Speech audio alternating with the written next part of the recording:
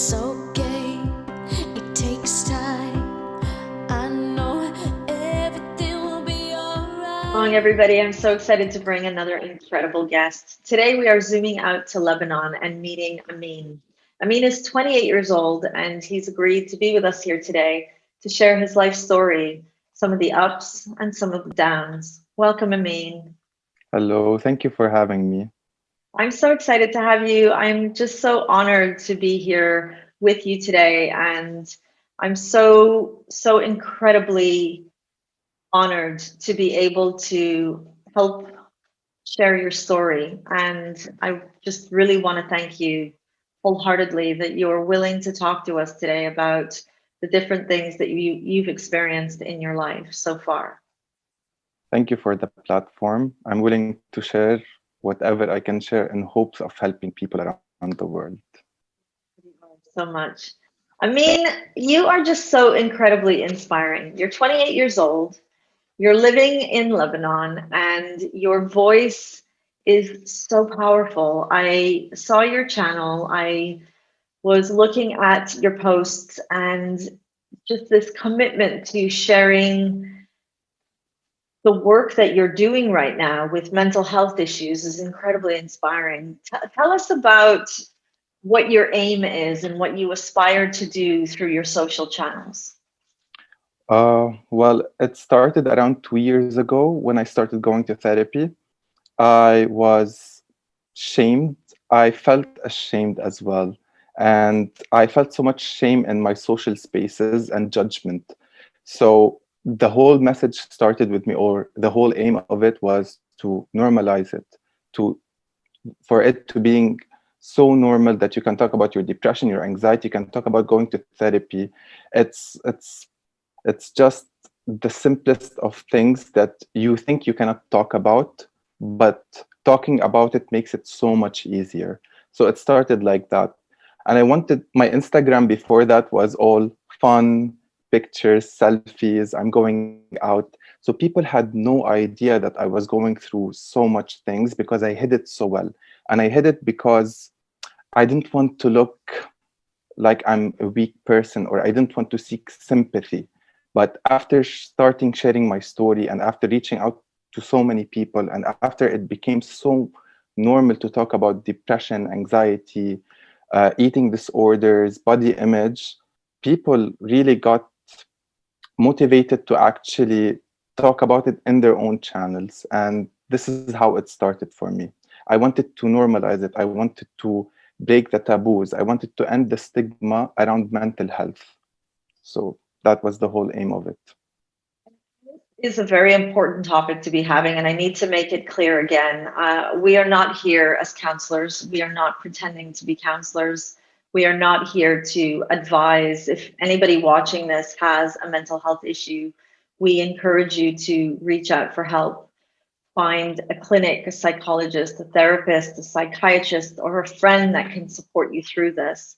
We're just here to share stories. And like you said, it's about creating an opportunity for people around the world to be able to understand what it feels like to be living with issues like this, and to be able to find solace in knowing that there's somebody else out there that is experiencing similar feelings or challenges, and some ideas for finding that resilience. And I do thank you for that. Lebanon right now, I mean, forgetting the pandemic, has been going through an immense amount of change and challenge. What I'm seeing when I look out at the news and listening to stories from friends is that young people are very passionate about being vocal and wanting to share their stories, find their strength, and become united. Do you feel that what you're doing right now is a voice that is unheard in Lebanon? And as a young person, you want it to be more heard so that young people like yourselves are able to find support and let their voices be heard, but by educating the public. When I started talking about mental health, I felt so alone because we had therapy, we had psychologists, we had psychiatrists. That was a given in Lebanon, but there was no normal person or a person who doesn't have a psychology major or a psychology degree that was talking about it. We had pages of psychologists. And I know for a fact that people respond better to human experiences. And I'm not dissing psychologists, of course, but they mentioned textbook material. When I started talking about my own experience. And this was the voice, it was a human voice. I was talking about topics that are textbook, but with my own spin on it or my own experience. And people in Lebanon, I mean, we are a resilient, we are resilient people. We have been through so much, but mental health in Lebanon has been neglected. We didn't have services that provided free counseling for people. When we started with the whole pandemic and the revolution, and after the 4 August explosion, the Beirut blast, mental health became a top priority because it was a huge trigger to a whole population. I always said that after 4 August, the entire population of Lebanon was triggered, and people started talking about mental health. I had a voice, but sadly, after so much trauma, my voice started being heard, and my experiences started to ripple amongst people. So I would say right now, the Lebanese people responded very well to mental health, much better. They're more empathetic, they're more understanding. They know exactly, sadly, what anxiety is. They now admit that they are depressed. And the whole thing about having panic attacks, about walking near glass and being afraid of it exploding in their faces, as it happened in 4 August, they admit that it's not just fear. It's more complicated than that, and they related now to mental health. I want to take you back to when you were 21 years old. Mhm. Tell us the story of what happened to you when you were 21. At the age of 21, I was 144 kilograms. I was heavily depressed. I had so much anxiety. I was such an introvert, but I wasn't an introvert by choice. Because of my body image, because of my anxiety, I was closed off from society. So at the age of 21, imagine at 21, you get bullied by your peers. And I got bullied. And I told my mom, I cannot do it anymore. I have to change. So I went and did a gastric surgery, which is sleeve. I cut 85% of my stomach. And in 1 year, I lost 76 kilograms, around 76 kilograms. But sadly, I did it in a very unhealthy way. So when I did the surgery, it was guaranteed that I would lose weight. But because in my mind, it was the last shot, so I either succeed in it or not, I really pushed myself. I remember after 4 months, I reached 100 kilograms and I plateaued there. I was so anxious that I binge ate chocolate. I remember it. And I felt so bad about eating so much chocolate that I went and puked. I measured myself and I saw that I lost 2 kilos after 2 days. And that became a cycle. And then I started starving myself, and that became another cycle until I reached a point where if I raise my hand, I would collapse because of the whole blood circulation thing. I did all of that without psychological evaluation. And that was the mistake because when you go through a drastic change in weight, your body image shifts, your mind cannot keep up with you. You want to push yourself so badly that you are committed to a toxic cycle. And this is what I did. So I lost the weight, but I created so many problems for myself that I was not aware of. Later on in therapy, I realized that all of those toxic cycles got so intertwined into my psyche that they became a punishment and reward system for me. And yes, I support surgeries like that. Of course, if you tried everything possible, but I am a strong advocate for getting psychological evaluations through your weight loss because it can affect you in ways that people still do not know how deeply it can affect you. So at 21, I went through that. Um, I don't regret it, but right now I say to myself, I wish when I went through these problems and I solved these problems after a while on my own, because my education was at risk. I had a car accident because I was so dizzy because I starved myself for 4 days. And I thought to myself, I wish I called for help from my parents, from my university, from any place. But I still remained silent because I was ashamed of actually puking, of binge eating, of just all of these cycles that I thought were normal at that time. You mentioned before that you were heavily overweight and you were being bullied by your peers at the age of 21. Yes. As you were starting to lose the weight, what was the reaction from your peers? Were they supportive? Were they encouraging? Or were they reacting just in a way that surprised you? I mean, society is something brilliant in my mind. I can laugh about it, but it's sad to say that we live in such a shallow society, because when I was overweight, I was in a way invisible. I was not the person who would get the compliments about his shape or beauty. I was always the cute one, the one with cheeks. I was the smart one. I was the funny one, but I was never the handsome one, the beautiful one. So when I started losing the weight, I got more attention. I got more attention that was based on how I looked. I got asked out more. I was included more. And all of that, maybe it was because I gained more confidence and it showed, but I purely base it on my shift in weight. And that's a sad thing, I think, in a society that should be more in touch with deeper things. Did you find that with every compliment, it was an encouragement to keep going, binge eating and overeating and then finding a way to remove the food? Oh, yes. I mean, I was losing weight fast, and the more I lost weight, the more attention I got, the more compliments I got.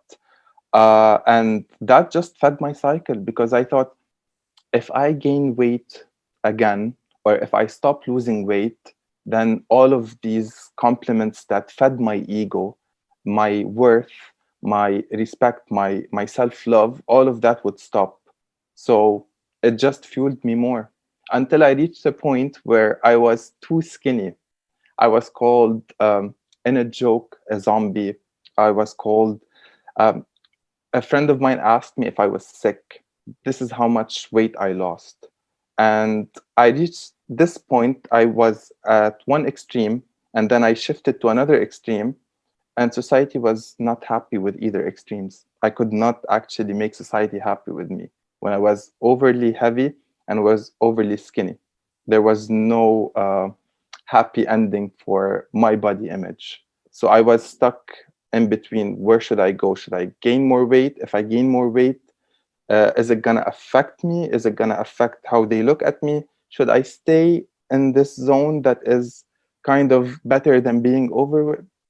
You cannot please society. That's the whole message behind all of this. In going back to when it all started for you, you mentioned that it started, you were being bullied by your friends and you were heavily overweight. Do you feel that it was the bullying that was the factor that got this eating disorder going, or was it an underlying need and desire to be liked by other people, your peers, your friends, your family? Um, uh, Before, like, I should go back to my teen years, because in my teen years, I never had a problem with me being overweight because I never thought it was a problem. I think it's a combination of everything. Because, for example, when you go out to shop, back when 10 years back, I didn't have the options that we have today. We didn't have the plus sizes. So I always felt like I was different, because society and The businesses behind everything always set people who are skinny or people who are fit in a category, and people who are overly heavy in another category. And it also goes back to what you hear in your surrounding. I mean, there's a sense of bullying that you get used to, as in when you meet somebody and they tell you, oh, you've gained weight, but they say it in such a shady way that it's subtle bullying. You cannot actually pinpoint, oh, they're bullying me. They're just pointing out that there's something wrong with you, but it's on you. Um, so I think it's a combination of both. I'd never had a problem with me being overweight in my teens, but as I progressed and as society intended for it to being a problem, I had a problem with myself. And I started hating myself. And I started being so harsh on myself. I always thought that I lost my self worth, my self respect, and my self love during my teen years, where I should have been outgoing, loving myself, meeting people. And it just climaxed at the age of 21. I want to take you forward in time to your 27th birthday. Yeah. Um, What feelings come up for you when I mention that?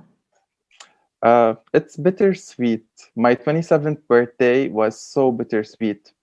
I just came back from the UK because I graduated, and my family was so proud. Everybody around me was so proud. I reconnected with my ex, and we had a huge falling out, and everybody who I wanted there was there, and they were celebrating me on my birthday. I had every person that I loved, but I was miserable. I was so broken, and I was so sad. I remember just taking so many breaks, going into the other room, going into the bathroom, and just taking breath and saying, okay, this will pass. I don't know why I'm feeling all of this, but I know I'm not okay. After my 27th birthday, I just hit a low and I could never get myself up. I always went through depressive cycles. Now I recognize them. I have been through depression since the age of 16, and it went unchecked for 11 years because I always pulled myself out of it, doing whatever I had to do to pull.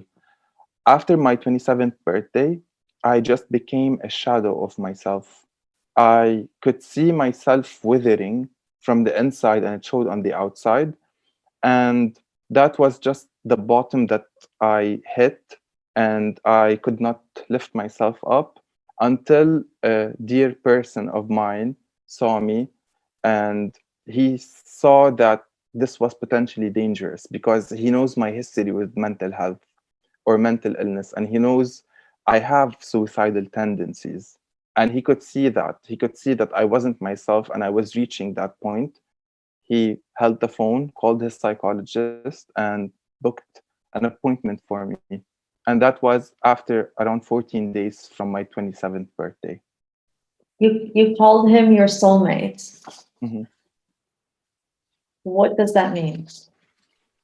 A soulmate, a soulmate, and what you hear when somebody says soulmate, they always correlate it to romantic. A soulmate, I think, is somebody who understands you on every level without you having explaining yourself. I think it's more like he's your familiar, as in like your mirror image in so many ways. And you meet so many soulmates in your lifetime. I have so many soulmates. I call them my backbone, my anchors, my soulmates. So it took a soulmate to actually see that, okay, he's not all right, and to actually act on it without getting my approval. It's like I was screaming, but nothing was coming out, but he could hear that, and he did that. And I always mention that specific person. I always keep it private because, I cannot mention names, but I always mention that that person saved my life in a way, and I have to give credit where it's due. Yes, I did all of the work in therapy and I did all of the work to reach here, but I wouldn't I don't know what would have happened if that person didn't take it upon himself to do the call, whether I liked it or not. So, soulmate. You've been officially diagnosed with bipolar type 2. Yes, that's true. How did you react to that diagnosis when they told you this is what you had? My therapist does not like labels. I went to therapy for around 1 year and a few months until I heard the word bipolar. At first, I was diagnosed with manic depression. When I went and checked what manic depression was, they removed that term and now they use bipolar. My therapist does not like to use labels because she does not like to put people in boxes, because you can have a bit of this, a bit of that. It's a cocktail of mental illnesses, if you want. But when I first heard, I went and did my research. My therapist knows me very well. She knows that if I hear something, I would go and research it until the end of the night. And I did that with bipolar. Um, the first time I researched what bipolar was, honestly, I cried. I cried not because this was my diagnosis. I cried because I've had it for so long. The symptoms were there and they cost me a lot. Me not being properly diagnosed or me not knowing what I had cost me a lot for myself, a lot for people around me.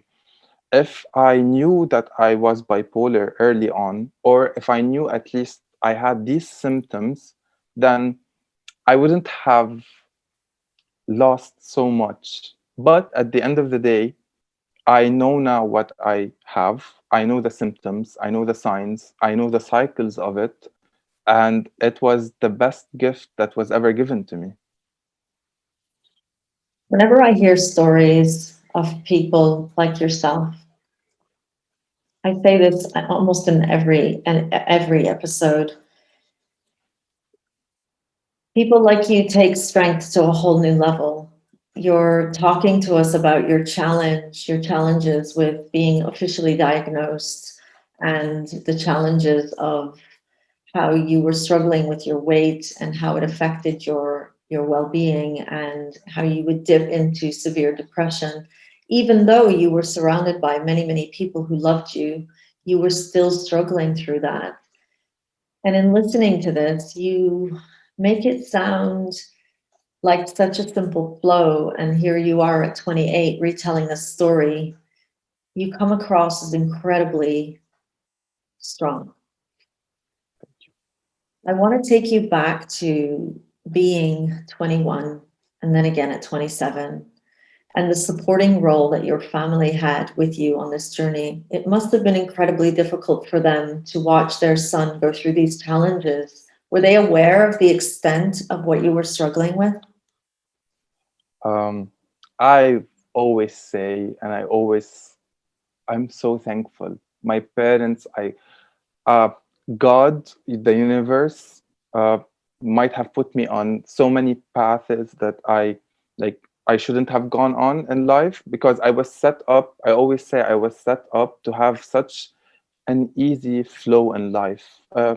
I I'm so blessed, so grateful, but for various reasons I was not. However, my parents, my family, uh, I mean, uh, they are amazing. The thing is with my parents, especially my parents, they noticed early on that I was different in the way I deal with society and the way I deal with everything. I was always introverted. I always in my room. They would see sneak peeks of me, and that was during my depression. Uh, when I wanted to go and do the surgery to lose the weight, they were so supportive. They never asked why. They never asked how much. So thankful I have that opportunity. A lot of people do not have the finances, do not have the support. I had that, and I did that.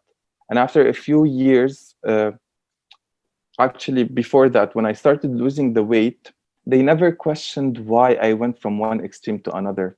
But the thing is, I would never blame them, because they always thought in their heads that, okay, this is what he wants. And they saw me collapse a few times and they got really worried. But it was never in their mind that, okay, my son is starving himself. It never would have passed their mind. The thing is, I got so good at hiding things, my depression, my anxiety, my suicidal tendencies, that hiding me starving myself or hiding me puking got so easy. It wasn't a lie. I never lied to them, but I never shared the truth with them. And as the years progressed, they understood me better and better. The hugest bonding that I had with my family, sadly, was over a trauma for me. I went in 2014 to have a plastic surgery. And until now, that's still a thorn in my psyche. It's still something that I talk about, but I talk about and I get very emotional because it caused me physical trauma, it caused me psychological trauma, it caused me emotional trauma, and my parents went through it because it was a surgery. I went to have a plastic surgery that was supposed to nip and tuck me, and I almost died during that surgery. And it was done so horribly that it scarred me. It scarred me on my body. It scarred me. I I couldn't sleep for nights and nights, and that was when my parents really realized that, okay, my son is not okay. So when on my 27th birthday I went and told them I want to go to therapy, they did question it because, again, I was very good at hiding it. They said, why? And that's a valid question to ask. My answer was, because I have to. I never shared why, the specifics, because there's a lot of things in my life that are private that I cannot talk to my parents about. I just told them, and this is a message for everyone who wants to go to therapy and their parents does not understand why. Just tell them, because I have to. It's self-preservation, and they should understand that for whatever reason it is. When you connect with friends that you knew back in the time when you were struggling through those challenges, how receptive are they to you now? How do they react with you? Um, there's a quote that I like that really sits well with me. I was not okay for a month and nobody noticed. That's a bit taken out of context because for me, I was not okay for years and a lot of people did not notice, but that's on me. I cannot basically tell people, oh, I was going through depression and you did nothing. I cannot tell them that because I was going through depression, but I was so scared of sharing it because of judgment, because of sympathy, because all of that. But after I came out with my mental health journey, a lot of my friends did not understand because it was just a blind spot for them. I was a blind spot for them because I was always around them, the happy person. I was always the sociable person. I was, okay, let's go do that. But behind closed doors, they never saw the real me. So when I came out with my mental health journey and I said, I'm depressed, you're going to see my depression. I'm not going to hide it anymore. And you don't have to deal with my depression, but you have to understand that this is a part of me now, depression, anxiety, all of that. The majority of my friends just were amazing. Now, in my social bubbles, we talk about depression, anxiety, body image, eating disorders so freely. It's beautiful. It's beautiful to talk about weak points, but it's gorgeous to hear people talk about what was once a struggle of yours so easily. So I'm very thankful for that. And the support that they show on Instagram, I've never asked for their support when I release a project, when I release a video. They do it willingly. And they know I would never tell them do that or why didn't you share that? But they do it willingly. And the thing is, it's like they're they're fans of my journey. And I'm grateful, honestly. There's a thought school that claims if we keep talking about it, we're encouraging it. What do you say when you hear that? Um, I think if we keep talking about it, we're just normalizing it. We're not encouraging it. Nobody wants to encourage depression or anxiety or eating disorders. When it comes to mental health and mental illnesses, the more you know, the better it is. And I can use simply my bipolar disorder as a given, because once I knew what I had, I could tackle it very, very efficiently rather than going blindly in. When you talk about depression, you have to mention the 8 symptoms or 8 steps, let's say, of depression. Then you can know how you can tackle depression. You cannot talk about depression like, okay, depression is you feeling sad. No, it's much more complicated than that. So I never think of people talking about mental health or mental illnesses as if you're encouraging it. Nobody wants to glamorize, let's say, suicide, or nobody wants to say that depression is the new trend.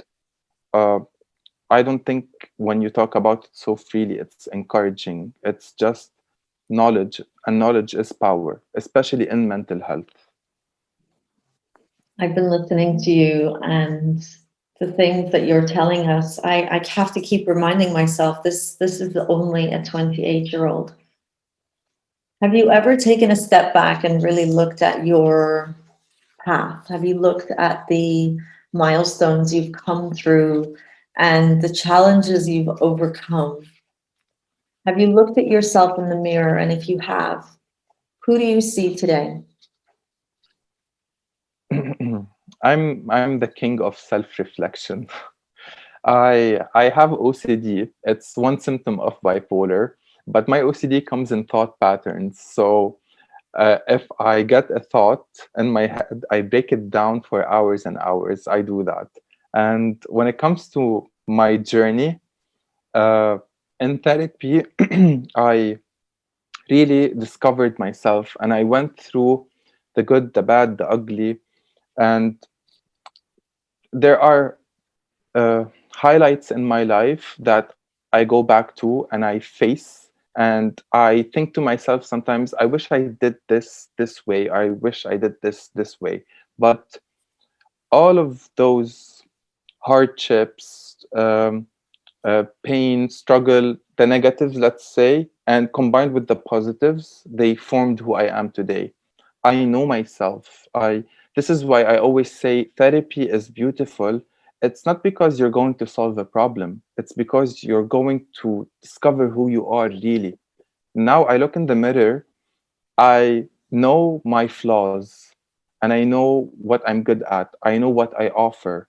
And all of that just went into what I call the self trilogy, which is I know my self worth, I demand respect because of that, and I just cultivated so much self love that there's not an ounce of hate in my body anymore. I used to have so much hate for myself, for society, for people around me, hate, envy, all of that. Now I carry no hate in my soul because there's no space for it anymore. And that was just because of my self-discovery due to therapy. What does self-love mean to you? Mm.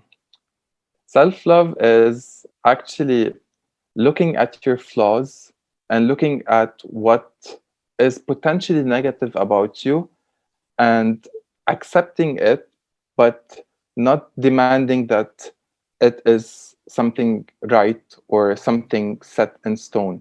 I look at my flaws. I'll give you an example. Let's say I used to take things very personal. Why? Because I always thought that everybody was attacking me. And that came from the years of bullying that I had. I went into therapy and I discovered that I actually should not take things personal because not everything is about me. Not everything revolves around me.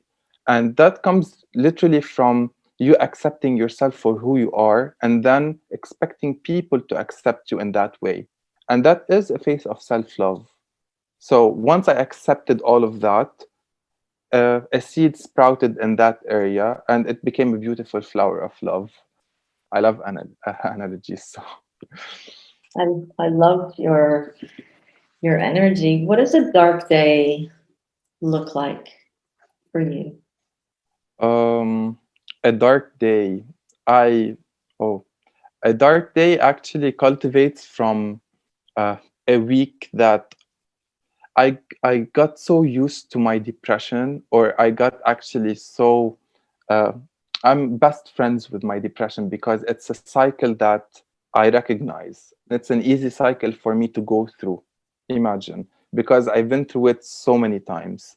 I can feel it throughout the week that I'm going into a depressive cycle. I stop eating, or I eat too much, and I eat in a way that is very unhealthy. I either don't sleep at all, or I sleep for a whole day. I have zero energy. I lose interest in everything. All of that starts breaking down gradually until I reach a point where, okay, I'm depressed. But the peak of it is the thoughts, the negative thoughts. And negative thoughts does not have to go into extreme thoughts. It's just for instance, if I see friends out and I'm not included, I wouldn't think, oh, the whole outing was spontaneous. I would think they didn't want me because I'm this, I'm that, I'm that. All of this thought process that is negative sits in, and it affects me for a few days until I could pull myself out of it. So that's a bad day for me. And in a month, would Mhm. you say that you have more good days or more dark days? Um, Ever since we started the new year, I intended to take 1 week off social media to self-reflect. I wanted to pinpoint what I wanted from this year, and I wanted to remove all of the toxicity from last year, and that included people. I had people who I loved dearly, but they were so toxic to me because it was always a take thing, and it was never I would give you. So after that, I put so many boundaries. I created so many models around people who are toxic, but I cannot uh, kick out of my life. And after that, I started going into mental stability. And right now, I am off medication. I go to therapy only when needed. And it has been like that for a month. So I've been blessed with mental stability for a month. So I would That's say I've had, incredible. yes, a full month of good days. Absolutely incredible. I am just incredibly, I don't know, I think, what was I like at 28? Was I this wise? I don't even believe I'm anywhere near as wise as you, and I'm much older than you. What are your career aspirations? I mean, Um, I'm a biologist, a scientist. I have a master's in molecular medicine.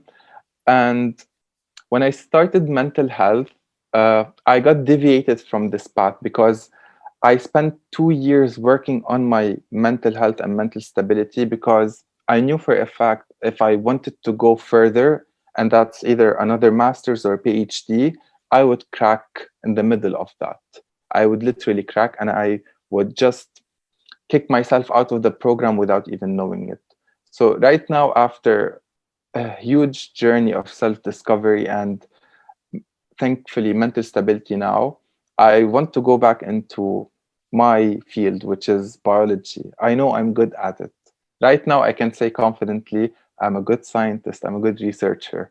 So I want to take all of this newly acquired skills, whether it's social, whether it's scientific, and I just want to go forward. I want either another master's, and hopefully, potentially, I want a PhD. That's a life goal.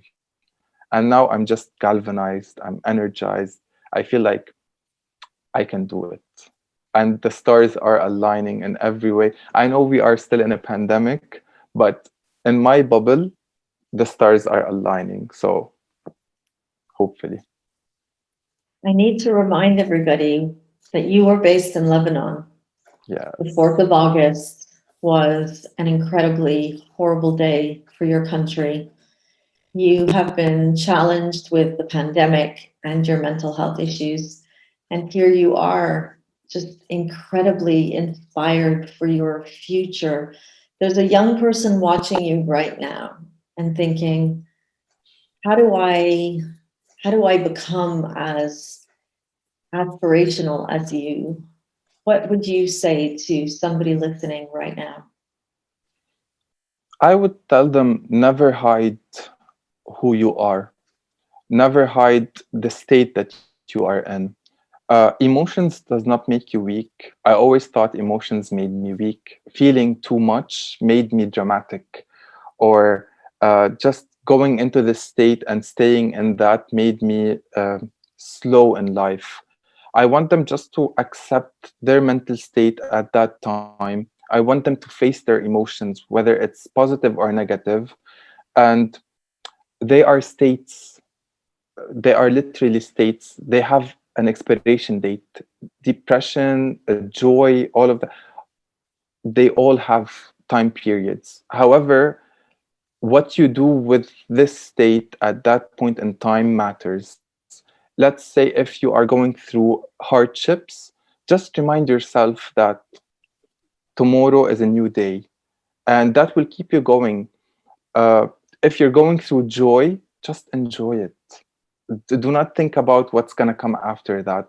I would just say live in the moment, but always remember that there's a new day ahead. So just the world is such a beautiful place. It's just about your perspective. It's about how you view it. If you want to focus on the negatives, you're going to always be stuck in the negatives. If you want to focus on the beauty of it, then waking up tomorrow morning will be just something so exciting for you. I know why I wanted you to share your story. You've given us so much insight, so much learning, so much wisdom, such a young man. Why did you want to come to Strong and share your story?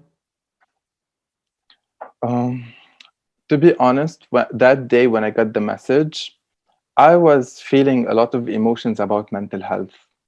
I I was about to share an IGTV about panic attacks, but that was gonna be my last video for a while. I wanted to take a break to enjoy my mental stability. I was just feeling that what if people got so tired of me talking about mental health? What if I'm just reminding them that there's depression, there's anxiety, there's panic attacks? What if I was like a beacon of something that they want to escape? So when I got the message from you, I was just, it's a sign.